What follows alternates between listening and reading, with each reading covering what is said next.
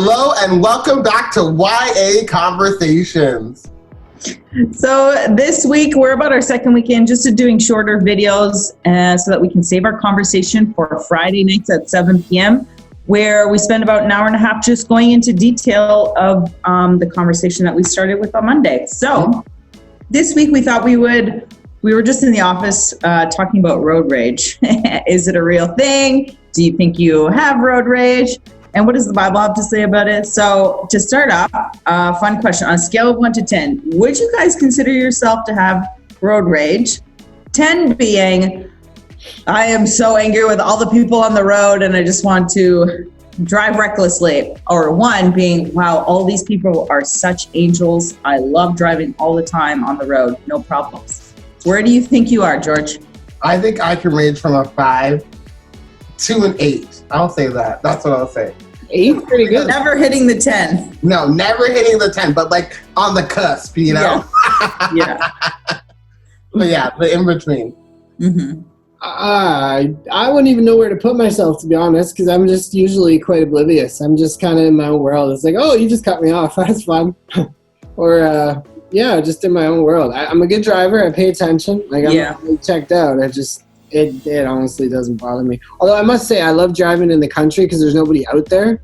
Mm-hmm. So that's cool. The city does irk me a little bit, but I think it's not because I get mad at anybody. I think it's just because it's so slow. Yeah. Mm-hmm. Slow moving. Can you imagine being in a bigger city like Toronto or LA where it's just bumper to bumper kind of stuff? No. Well, I don't drive. I have my license, but I don't have a car. But I've been in cars with different kinds of drivers, and I do notice how some people react differently on the road to maybe slower drivers, oblivious drivers, not taking turns when they're supposed to. So it's really interesting. But on the topic of rage, Zach, what are your thoughts? Maybe like, what does the Bible say about it? Anger, rage, yes, no? Yeah, well, do you know what? When you were talking about road rage, I was thinking it's actually it's a pretty fitting topic to follow up on from last week. Mm-hmm. Last week we were talking about how everybody's doing kind of emotionally from 0 to 10 or 1 to 10 pre-COVID, and now like months into this, and now with a little bit of hope when things start opening up again.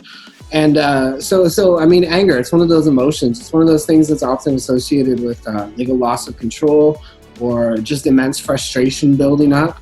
I find myself, if I ever end up getting kind of angry about something, it's usually not like I go from 0 to angry. It's usually there's a little bit of frustration or a little bit of disappointment or something that kind of builds up along the way. Mm-hmm, mm-hmm. Maybe not enough caffeine in the morning or something like that. You just get a little bit grumpy. Yeah. But, just the idea that it's associated with a lack of control and not being in charge and not being able to impose your will on a situation. And that's kind of the circumstance the whole world finds itself in right now. And, impatience kind of, bleeds over into anger and all that kind of stuff. So I think it's a great topic. I think there's a lot the Bible has to say. It says be angry and don't sin. There's times where you see in the Bible Jesus was angry. Right. He drove people out of the temple. There's, some people talk about this righteous kind of anger. Well, what is that?